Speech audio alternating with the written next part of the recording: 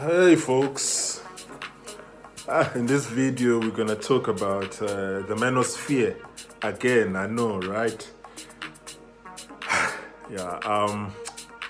I've already said in a prior video that I don't. This channel is not for the Manosphere or gender issues. I'm not interested in turning this channel into the Manosphere sort of leaning content. But I have to discuss this issue because of some recent events that are relevant to all of us. Because even if you are not interested in a manosphere, when things are happening that affect the culture, you will comment on them. Which is why, for instance, we're having these news channels, mostly Europeans, discussing the manosphere, mostly mischaracterizing the manosphere, smears, defamation, taking stuff out of context, even CNN. But even though they are not necessarily like covering focused on the manosphere, but they talk about it because it's out there, it's in the culture, it's affecting the culture. And so I saw another hit piece by Sky News, the UK Sky News, smearing or Andrew Tate. Guys, there's no one in the world who is as smeared, defamed, caricatured, and lied upon like Andrew Tate. Maybe Donald Trump would be more smeared than him, but outside of Donald Trump, there's no one who is being libeled, smeared, lied upon, constant caricatures, trying to formulate public opinions of him that are negative. It is actually quite disgusting, and I'm surprised that he hasn't sued these people the way that they speak of him, carelessly and flippantly. But with that said, let me just share some story with you of what happened with me a few years ago. I'm not gonna say which year. I was on a date with this woman. I haven't gone to a lot of dates in the past 5 years, if I were to put it that way. I'm probably have gone to less than probably 3 dates in the past few years, because generally I don't take women on dates. There's a reason for that, and I think the 3 dates that I've been to, two of those women I had known them for at least 6 to 8 years. Yeah, so I would often make an exception for women that I've known for long periods of times, in terms of willingness for me to take them on dates, on an actual date. But oftentimes, because people are traveling, me included, you live in different cities, different countries, and then maybe I've liked this girl sometime, and we didn't have opportunity to do something, and then and I'm in the country for a short period of time, and I'm like, oh, okay, let's go out. Okay, that's the side story. But I'm just saying, in general, I don't take women on dates. I don't. There's a reason for it. I'll tell you about it another day. So I take this particular woman on a date, and it was a coffee date actually. Yeah, which is something I encourage. In the middle of this date, she asked me about Andrew Tate. She asked me what I think about Andrew Tate. And then my response to her was, I responded by asking her, what does she know about Andrew Tate? Because I already know when someone is asking me a question like, what do you think about Andrew Tate? I already know that this is not a good faith question. This is a question where someone is expecting you to say to them, oh yeah, he's a horrible human being, he's a misogynist, his views are harmful, or all of that and hateful.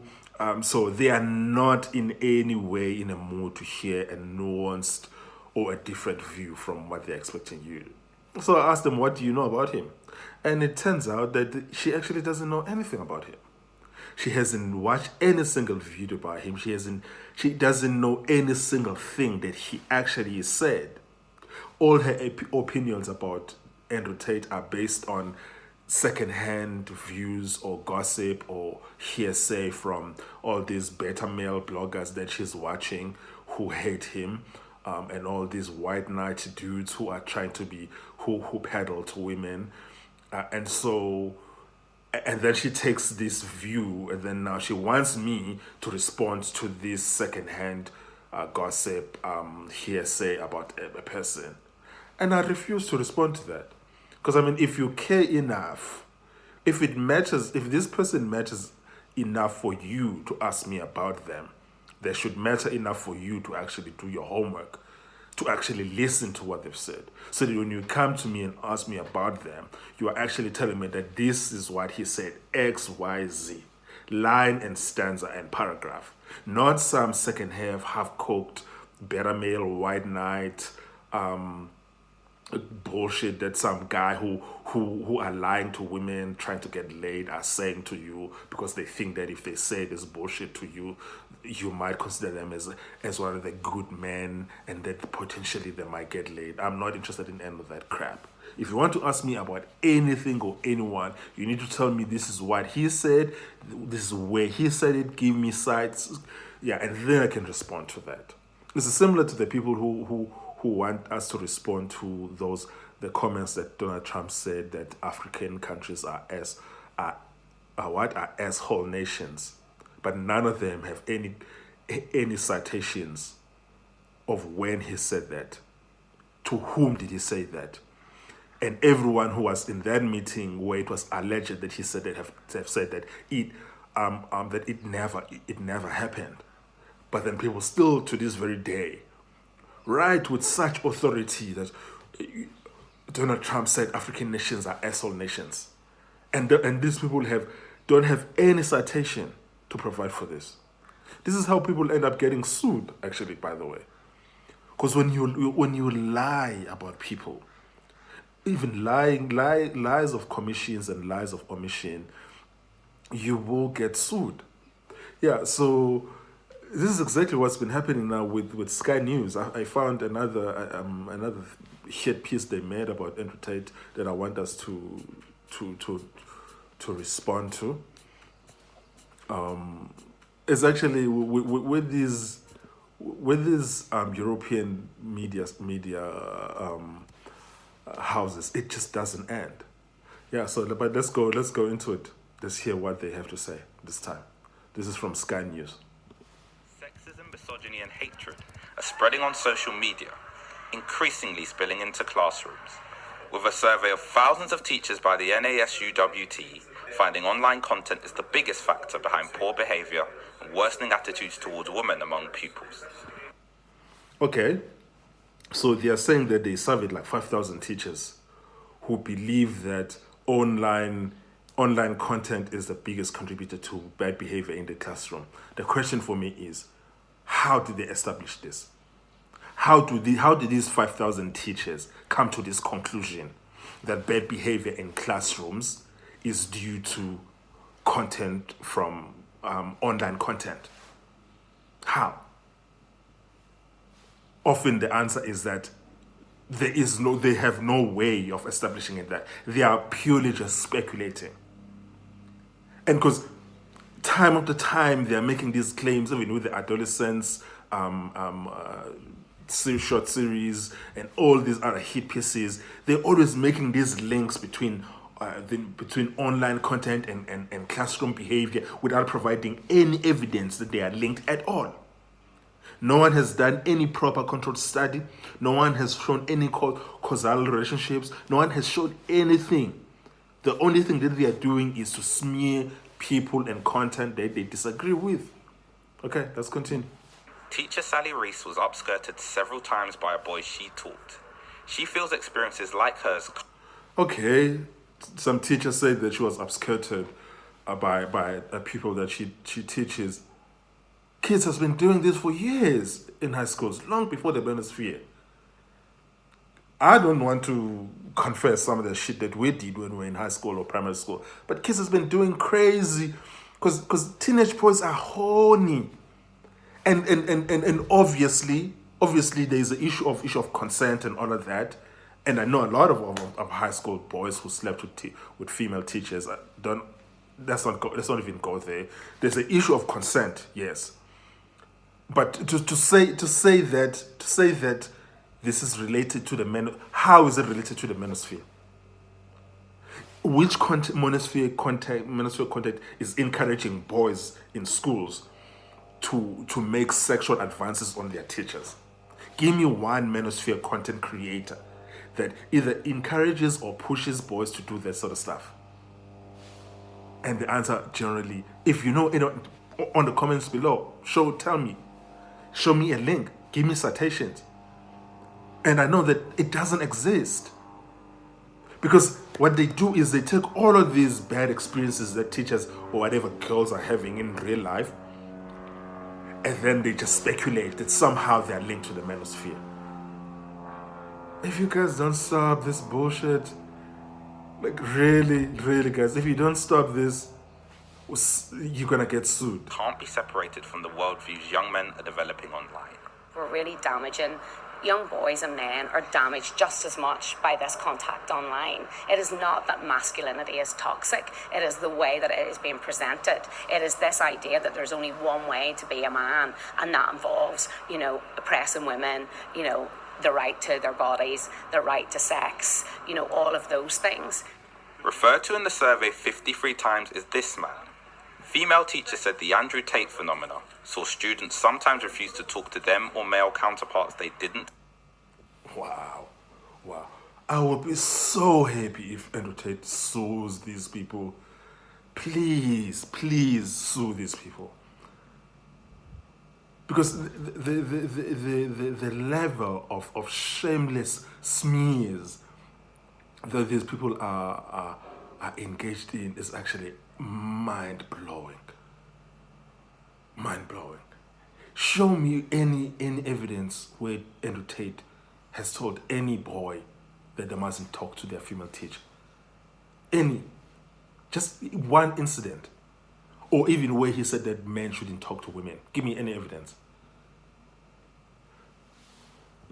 See as masculine enough. With Tate's lifestyle, money, and approach to women fueling misogyny. This union is debating a motion about how the far right has shifted its recruitment onto social media, saying that teachers need more support to tackle those narratives. But that's part of a national conversation that goes beyond conference centres and classrooms. Here in Liverpool, parents are concerned and say policing social media use isn't simple. We don't let our kids go on social media at all. Our daughter uses WhatsApp and that's all. We wouldn't let her go on Facebook or Instagram or anything like that until she's quite a bit older. We want to maintain at least some of our influence on our kids, to point them in the right direction rather than somebody, some influencer that we don't know and, don't particularly approve of the opinions of influencers. Yeah, sure. I mean, the issue of parents, I support the issue of parents having control of the level of social media exposure that their kids have. I support 100% the view that the responsibility of formation for children rests squarely and firmly on the shoulders of parents. Because each and every parent, based on their views, values, and all that, have a certain idea in terms of what they want their kids to have to be exposed to and what the parents think is right and wrong. And this is often in a pluralistic society like in the West. These things are very different from person to person. But then this issue now of saying that because people hate the Manosphere, and then now you're creating these scenarios where you are saying that the Manosphere is harmful to boys and to girls without any evidence at all. This is actually like untoward, and it needs to end. It really needs to end. I do think parents have a role to play. They need to be aware. I think you can be a bit cut off, can't you, from your children? You can sort of, you think that your children are looking at the right things, but I don't necessarily know whether that's always the case. pop culture has also helped propel discussions around this topic. After its release this year, the team behind the Netflix drama Adolescents were invited to Downing Street. The show looks at how online radicalization played a role in the murder of a teenage girl, with the Prime Minister supporting the show being made free to view in secondary schools across the country. But addressing these issues is complicated, with toxic online content increasingly creeping into our classrooms and beyond, which is why teachers will continue to call for as much help as they can get to tackle a growing problem. Shingi Marike, Sky News in Liverpool. Okay. I just want to know,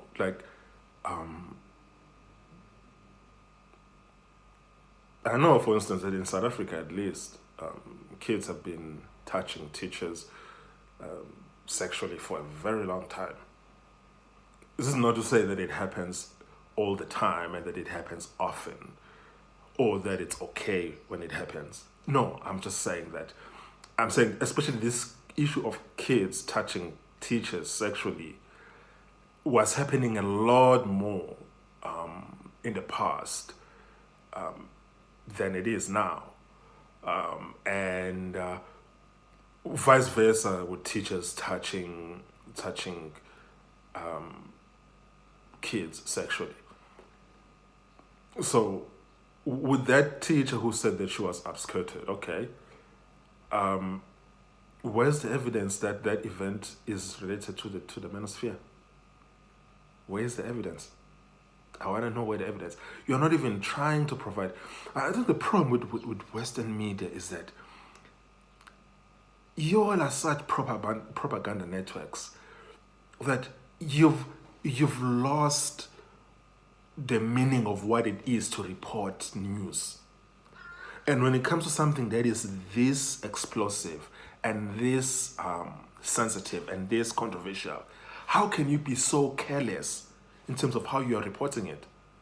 How can you be so careless by smearing people and providing no evidence at all that the bad and the serious accusations that you are levying against people are actually true?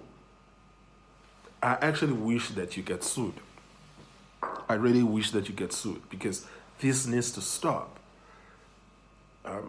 And obviously, with regards to the Manosphere or Andrew Tate, I mean, I haven't provided my own opinion about Andrew Tate and Andrew Tate's views. I don't think it's necessary. And I haven't even given my full opinion also about the Manosphere in particular, because this is not a Manosphere channel. We are talking about this because of its importance to culture in the West right now. And I really hate it when people lie about other people. Very few things upset me like when people lie. Stop lying. Stop lying. Whether you are lying about your political enemies, whether you are lying about the Manosphere, or whether you're lying about feminism, or whether you're lying about your ex, or whatever it is, just stop lying about people. Stop lying. And the lying about it includes distorting realities, overemphasizing certain things, and highlighting the most extreme examples. It's just stop lying. Why, if your case is so strong, why do you have to lie? Why don't you represent people that you disagree with fairly and let the public decide who is right or who is wrong? So that's really, for me, what upsets me about this. And with regards to the media in Europe in particular, cannot be saved. Europeans need alternative media sources. They really do, because it is such a mess. Anyways, tell me what you think about this in the comments below. Anytime now, next month again, there's going to be another hit piece, maybe on the BBC or Sky News or The Guardian or The Atlantic, or France 24 or DW Germany, the Germany news, a state-owned news network. It is unending. And it's also going to be smearing Andrew Tate, caricaturing him, defaming him, calling him everything. He's the devil. Guys, just stop with this bullshit. Just stop it. Cool.